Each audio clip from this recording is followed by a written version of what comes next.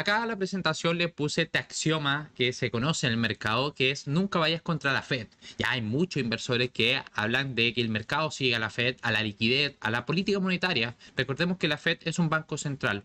Lo que lo hace diferente de todos los otros bancos centrales es que es el banco central de la potencia mundial en estos momentos. Entonces el mercado dice, hey, no intentes luchar contra la Fed porque puedes chocar. Y esto es lo que ha pasado en el mercado. ¿Se acuerdan que hace unos meses atrás hablamos? Hay una divergencia entre que el mercado descuenta 6 puntos de recorte de la tasa de interés y con la Fed que le dice, hey, vamos a recortar solo 3 puntos con la proyección económica. Ahora vamos a ver qué es lo que sucedió en el mercado. Bueno, acá nos preguntan antes es, ¿qué pasa cuando baja la tasa de interés con el dólar? El dólar tiende a debilitarse porque la principal ponderación es la tasa de interés. Y acá un poco de historia, en 1970 se salió del patrón oro y ahora estamos inmersos en este mercado en donde el respaldo de la moneda es la tasa de interés, es los bancos centrales. Y la tasa de interés vamos a entenderlo como el valor del dinero, el coste de utilización de este dinero. ¿Ok? Sandra nos dice que el mercado ya lo tiene descontado. El mercado tiene descontado todo según la teoría de los gráficos. Vamos a ver qué es lo que sucede y el mercado nos va a estar alertando. Ok. Estados Unidos. Veamos una mirada rápida de lo que ha sucedido en Estados Unidos. Y es esta la retórica que yo les digo. Hey, el mercado acá puede ser lo que decía Sandra. El mercado ya ha descontado 3 recortes. 1, 2, 3. Esta imagen es habitual en las presentaciones donde nosotros vamos haciendo seguimiento. Lo que podemos concluir que con los datos de inflación presentados hace un par de semanas atrás, en donde veíamos mayores presiones inflacionarias, podemos distinguir que el mercado ha dicho, sí, me alineo con lo que decía la Fed. Yo ya no voy a descontar 6 recortes, pero hay un claro consenso en que en 2024 será el año en que comencemos a ver recorte. ¿Qué es lo que quiere ver el mercado? ¿Cuándo? ¿Dónde? ¿Cuándo va a comenzar ese recorte?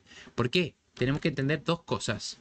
Primero, acá tenemos el dato de PCE que se publicó esta semana. Vimos que cayó al 2.8%. Ya vemos en su lectura anual. Este es su mínimo desde marzo de 2021. Una noticia positiva que estaba en línea a lo que esperaba el mercado. Es decir, estamos viendo cómo esta línea azul desciende. ¿Por qué está descendiendo? Porque la Fed está subiendo las tasas de interés. Lo que estamos viendo actualmente es que el nivel de la inflación medida por el gasto del consumidor con las tasas de interés está alcanzando este nivel macroeconómico que se tiende a ver para contener la inflación. Es decir, que la tasa de interés esté por sobre esto para moderar la inflación. ¿Eso ha pasado anteriormente? Sí. Pasó acá en el 2008. Pasó acá en el 2000. Levemente. Entonces, ¿qué es lo que tenemos que ver? Es si el riesgo de esta subida de tasa de interés es un riesgo de caída en el mercado. ¿Ya? Y es eso lo que se está cuestionando el mercado. Caídas, caídas. ¿Ok? Todas estas zonas grises son recesiones. Y es eso lo que se está cuestionando el mercado. Hoy el mercado trabaja con este análisis de que los datos económicos muestran fortaleza y probablemente la economía estadounidense esté sorprendiendo y evite un escenario de recesión profunda. Podamos ver una leve recesión, lo que se conoce como soft landing. El tema es que ese equilibrio es bastante complicado, por lo que cualquier sorpresa podría traer mayor volatilidad al mercado. Y donde nosotros estamos viendo ese posible problema. Y generalmente esto es un indicador adelantado. Es la curva de tasa invertida. La curva de tasa invertida compara los rendimientos de los bonos a 2 años que se rigen más por la tasa que da el Banco Central, en este caso la Reserva Federal, y los de 10 años que tienen mayor referencia con las perspectivas macroeconómicas. ¿Cuándo se invierte la tasa de la curva de tasa? Como acá, acá, acá, acá levemente, y acá tenemos una de las más pronunciadas de los últimos años, que es la actual. Cuando el rendimiento del bono a corto plazo es mayor que el rendimiento al de largo plazo. Es decir, los operadores están descontando perspectivas desafiantes de cara a la economía a largo plazo y se está viendo premiado el corto plazo, producto de que las tasas de la política monetaria favorecen a este bono. ¿Qué nos va indicando esta inversión de la curva de tasas? Hey, probablemente podríamos ver un problema financiero. ¿Por qué? Porque los bancos, que es el sistema financiero, se endeudan a corto plazo y prestan generalmente como depósito a plazo, o sea, tasa hipotecaria, crédito hipotecario a largo plazo. Y como ustedes pueden ver, cuando esto está invertido, es decir, que se está endeudando más caro a lo que se está prestando a largo plazo, lo que indica a nivel de negocio que hay un desequilibrio. Ese desequilibrio, ¿qué podría traer? Como siempre ha traído este indicador, procesos de recesión. ¿Ok? Pero ¿cuándo llega el proceso de recesión? Cuando la curva empieza a desinvertirse en estos escenarios. Es decir, cuando vuelve este equilibrio en que los bonos a largo plazo dan mayor rentabilidad que los de corto plazo. Buen día a todos. Entonces, ¿dónde podría estar el problema? ¿Dónde podría haber debilidad? Si nosotros vemos, hey, todos los datos son positivos. Bueno, hay algunos que nos dicen, yo te digo acá, por ejemplo, cuando analizamos, hey, hay que tener cuidado con el sistema financiero cuando nosotros vemos esta estructura de mercado. Bueno, acá nosotros tenemos el ETF de los bancos regionales, en donde vemos que tras la quiebra bancaria de Silicon Valley Bank, el mercado cayó fuertemente. Luego tenemos una recuperación, ya casi nos gusta dibujar canales, tenemos una recuperación, pero aún no recupera los niveles de quiebra, lo que nos está indicando que el mercado aún descuenta una prima por riesgo al sector bancario, en especial a los bancos regionales. ¿Por qué? Porque son instituciones de menor grado, en donde pueden tener deterioro en sus balances. ¿Cuál sería el deterioro en sus balances? Y acá retomando preguntas que ustedes me dejaron en los seminarios anteriores, en los CRE. ¿Qué son los CRE? Commercial Real Estate. Es decir, desde que llegó la pandemia nosotros veíamos cómo era un negocio muy rentable comprar edificios y comprar esta deuda de edificios que eran arrendados de oficinas. El problema, llegó la pandemia, cambió el modo de trabajo, lo que ha hecho que cada vez se utilicen menos la oficina, lo que hace que el arriendo sea más bajo por oferta y demanda. Eso trae un problema en el precio. Pero acá viene la correlación. ¿Cuál es el principal tenedor de esta deuda?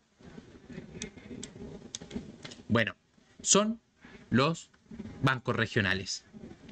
Estos son los principales tenedores de esta deuda. Y estamos que ahora en 2024 vamos a tener una expiración de la deuda de 900 millones de dólares.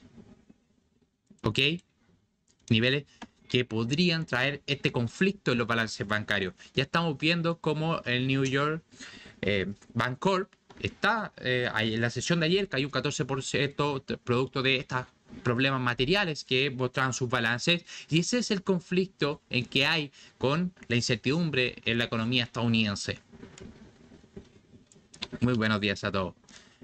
Ahora, ¿qué es lo que tuvimos? Tuvimos el dato de PIB.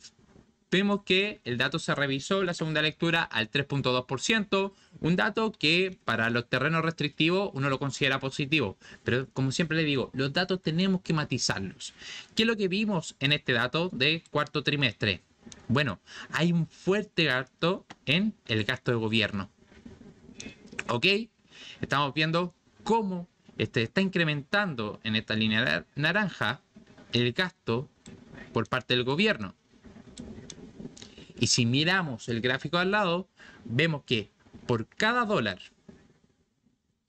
que crece el Producto Interno Bruto, 2.5 dólares crece la deuda de Estados Unidos. Estos son gráficos de Zero Hedge, indicando que el escenario de la deuda podría estar en un escenario muy conflictivo en todo este contexto, que también se maneja una economía muy apalancada en un sistema financiero que está a lo menos inestable con esta política monetaria.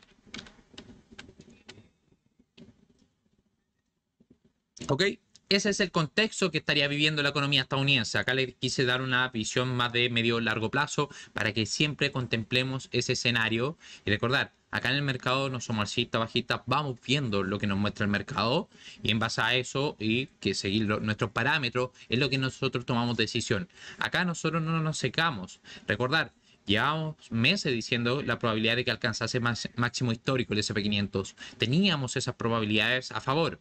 Sin embargo, no desconocemos los riesgos de cola de un horizonte temporal de más largo plazo.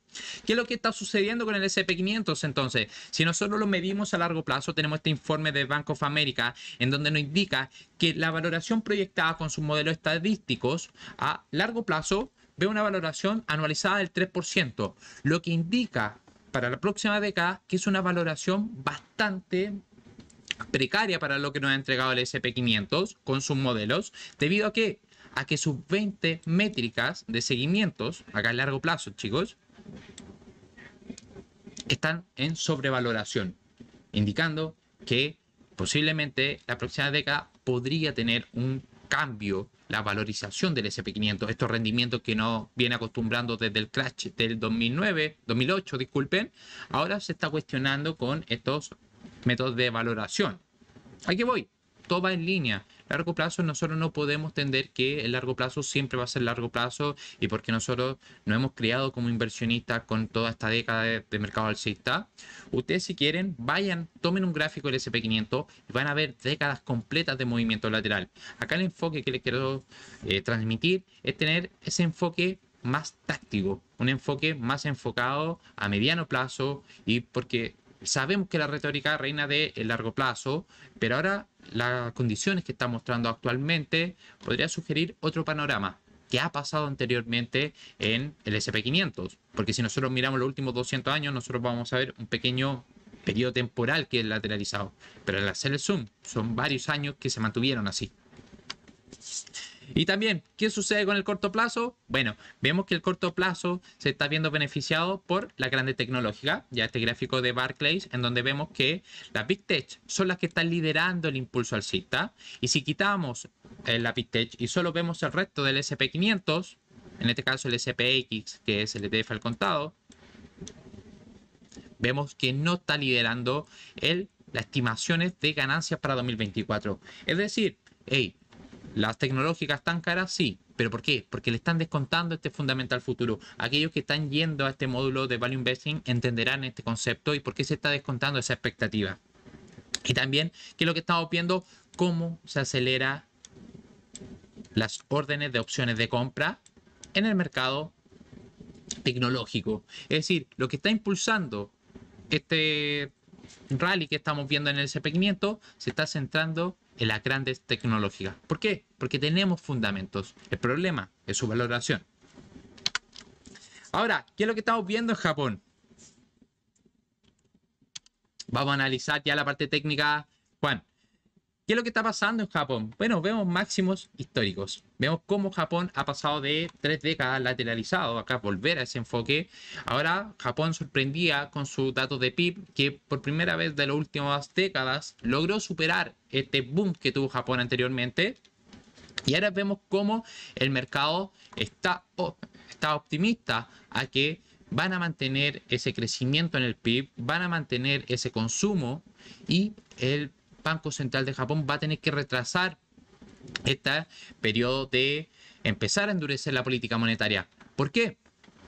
Porque vemos cómo Ueda, que es el gobernador del Banco Central de Japón, indicaba que no está convencido de que se pueda mantener anclada la inflación al 2%, que es su objetivo para que crezca la economía, y que necesita tener esos datos de salario que se van a conocer en marzo para saber si podríamos ver ese objetivo. ¿Cuál es el objetivo de Japón? Es mantener una inflación constante para asegurar un crecimiento sano. Porque el problema es que si se pone restrictivo, podría dañar la demanda y no lograr el objetivo del 2% e ir a buscar escenarios menor al 2% o incluso escenarios de deflación. Entonces, es eso lo que se está cuidando y es eso lo que está descontando el mercado este último tiempo.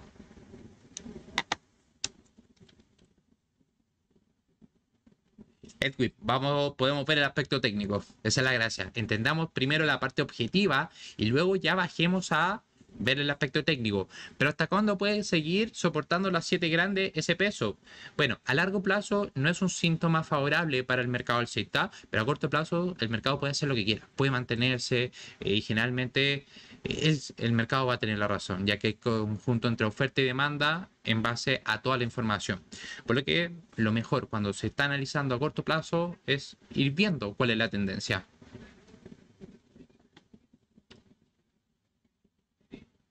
¿Qué podría hacer caer al sector tecnológico? Bueno, muy buena pregunta. Y aquellos que están viendo el análisis de value investing que estamos realizando, bueno, esto. Vemos que el precio de la acción sube. ¿Por qué está subiendo el precio de la acción? Uno, porque la empresa hace más dinero, tiene buenos resultados y la expectativa a que vaya a ser mayores resultados está por sobre, para el siguiente año, sobre este valor actual. Entonces, ¿qué dice el inversor? Hey, hay mayores proyecciones, por ejemplo, en el caso de Nvidia, comienza a invertirse, comienza a invertir, comienza a invertir, hasta un punto es que estas perspectivas de beneficios comienzan a criticarse, comienzan a ser menor, lo que trae a un activo que está elevada su expectativa a que tenga grandes correcciones. Eso es lo que podría pasar. Ahora veamos el mercado de materias primas que nos trajo. Tenemos el gas natural, en donde vimos un aumento de las últimas 2 semanas que estuvo impulsado, ¿por qué? Por los cambios climáticos de Estados Unidos que podrían elevar la demanda. Sin embargo, en Europa mantiene los precios bajos debido a una demanda moderada y altos inventarios. Estamos viendo cómo hay dos escenarios. Tanto en Europa miramos que hay un escenario más bajista, como en Estados Unidos un escenario más alcista. El inversor de gas natural tiene que ver cuál va a ser el predominante para poder tomar estas decisiones más informadas. Ok, Germán, sí, acá las decisiones son totalmente personales. Petróleo, ¿qué es lo que estamos viendo? Veíamos cómo está creciendo la expectativa de que la OPEP más podría extender los recortes de producción, es decir, menor producción en un escenario que la demanda se mantiene constante, se eleva el precio, influenciado por la recuperación de la producción en Libia y ajuste de producción de los otros miembros. La producción en Estados Unidos mostró leve disminución igualmente, y es eso lo que se está llevando este proceso al alza que vimos en la semana del petróleo. El cobre vemos que se mantuvo estable, influenciado positivamente por los datos de China. Conocimos datos de PMI, el cual estuvo por sobre la previsión, sobre todo el dato de servicios que se ubicó en terreno expansivo, pero estuvo limitado por la fortaleza que mostró el dólar. ¿Y el oro qué pasó? Vimos cómo subía el oro y también el dólar. Bueno, los datos macroeconómicos de Estados Unidos impulsaron el oro, beneficiado por la baja de tasas de interés de los bonos a 10 años, consolidando su posición como ese refugio que intentan ver los inversionistas. Y en resumen, en Latinoamérica ya nos vamos a los gráficos. Bueno, Brasil vemos que tuvo un aumento de la tasa de desempleo, alcanzando 8.3 millones de personas, aunque superando las expectativas, a pesar de la reducción del empleo. Vimos cómo los salarios han mostrado un crecimiento del 1.6% trimestral y 3.8% anual. Esta medida muy seguida por el Banco Central, producto de que podría traer presión inflacionaria si vemos un ciclo inflacionario, una espiral inflacionaria que se conoce en macroeconomía. En Chile vemos un leve aumento de la desocupación, sin embargo, se mantuvo por debajo de la previsión en el 8.4%. Vimos un crecimiento de la fuerza laboral y también mayor creación de empleo. También vimos signos de fortaleza con un crecimiento de la producción de cobre con el 0.5% y también un aumento de la producción industrial. Estamos viendo mejora en el sector manufacturero e industrial en Chile. Colombia, vemos cómo aumentó la tasa de desempleo al 12.7%, doble cifra, lo que señala estos desafíos que está mostrando el mercado laboral en Colombia.